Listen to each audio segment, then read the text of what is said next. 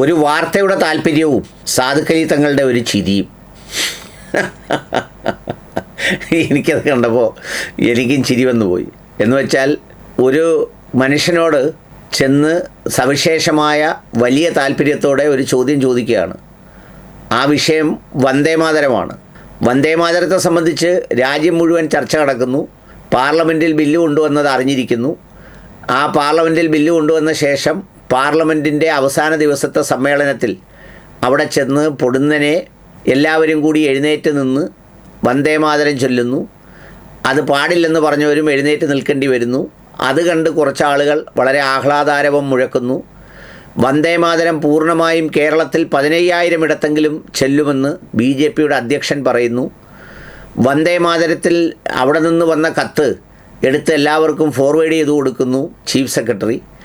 അതിനെ ക്ലാരിഫൈ ചെയ്തുകൊണ്ട് മുഖ്യമന്ത്രി പറയുന്നു, വന്ദേമാതരത്തിൽ സംസ്ഥാനത്തിൻ്റെ നിലപാട് എന്താണെന്ന് നിങ്ങൾ ഓഗസ്റ്റ് 15-ന് നോക്കിക്കോളൂ എന്ന് പറയുന്നു. ഇതിലൊന്നും തൃപ്തിയായില്ല. കാരണം ഇതെല്ലാം രാഷ്ട്രീയമായ നിലപാടുകളുടെ ഭാഗമാണല്ലോ ഈ പറഞ്ഞതെല്ലാം. പക്ഷേ അതിനകത്തേക്ക് ഒരല്പം തീ കൊടുക്കണമെങ്കിൽ ആരെ വേണം എന്ന് കൂടി ആലോചിച്ചപ്പോഴാണ് എന്നാൽ പിന്നെ ഈ സാധുവിനെ നോക്കിക്കളയാം എന്ന് വിചാരിച്ചത്. ദേ കേട്ടോളൂ. ഈ വന്ദേമാതരത്തിന്റെ നിലപാട് ഒന്ന് മുഖ്യമന്ത്രി പറഞ്ഞിരിക്കുന്നത് അത് സ്വാതന്ത്ര്യ ദിനത്തിൽ അറിയാമെന്നാണ് പറഞ്ഞിരിക്കുന്നത്. തങ്ങളെ ഒരു നിലപാടെന്ന് പറയാൻ പറ്റുമോ? എന്താണെന്ന് ഗവൺമെന്റ് തീരുമാനം മുഖ്യമന്ത്രി എന്ന് പറഞ്ഞിരിക്കുന്നത് സ്വാതന്ത്ര്യ ദിനത്തിലാണെന്ന് അറിയാമെന്നാണ് പറഞ്ഞിരിക്കുന്നത്. ഞാൻ കേട്ടില്ല. ശരി ശരി. ഇതാണ് അവിടെ പോയ ലക്ഷ്യം. ആ ലക്ഷ്യത്തിൽ എന്ത് മറുപടിയാണ് പ്രതീക്ഷിച്ചത്?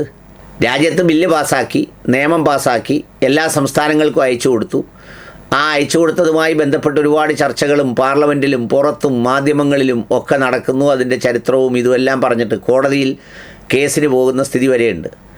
അപ്പോഴാണ് ഈ ചോദ്യം ചോദിക്കുന്നത്. അപ്പോൾ തങ്ങളോട് ചോദിക്കുകയാണ് വന്ദേമാതരത്തിൻ്റെ അഭിപ്രായം എന്താണ്. ഉടൻ തന്നെ തങ്ങൾ പറയുകയാണ് വന്ദേമാതരം പൂർണ്ണമായ നിലയിൽ പാടാൻ പറ്റില്ല എന്ന് പറഞ്ഞാൽ അടുത്ത വാർത്ത വന്ദേമാതരം കേരളത്തിൽ പൂർണ്ണമായി പാടാൻ പറ്റില്ലെന്ന് പാണക്കാട് സാധുക്കലി തങ്ങൾ. അപ്പോഴത്തേക്ക് കുറേ ആളുകൾ രംഗത്ത് വന്ന് സാധുക്കലി തങ്ങളെ തെറി വിളിച്ച് കുറേ അങ്ങോട്ട് വന്നു. അപ്പോഴത്തേക്ക് മുസ്ലിങ്ങൾ അങ്ങനായി ഇങ്ങനായി മറിച്ചേതായി മറ്റേതായി ഇതായി എന്ന് പറഞ്ഞ് ഞാൻ ആവേശം കത്തിച്ച് കയറ്റി വിട്ടുകൊണ്ടിരിക്കുക. ഈ സാധുക്കലി തങ്ങളോട് വന്നിത് ചോദിക്കുന്നത് ഇതൊന്ന് കച്ചവടം ചെയ്യാനാ.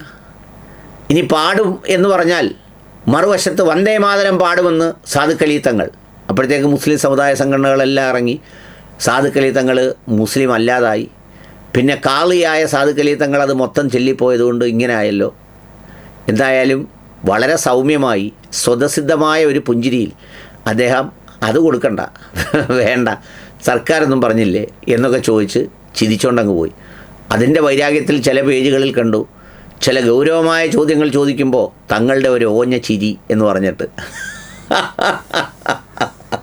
അതൊരു ഓഞ്ഞ ചിരിയല്ല, അതൊരു പൂന്തോട്ടം പോലെ മനോഹരമായ ഒരു പുഞ്ചിരിയാണ്. കാരണം ഒരുപാട് വിദ്വേഷങ്ങളെയും വെറുപ്പിനെയും തുടർ ചർച്ചകളെയും ഒക്കെ ഇല്ലാതാക്കുന്ന മനോഹരമായ ചിരി.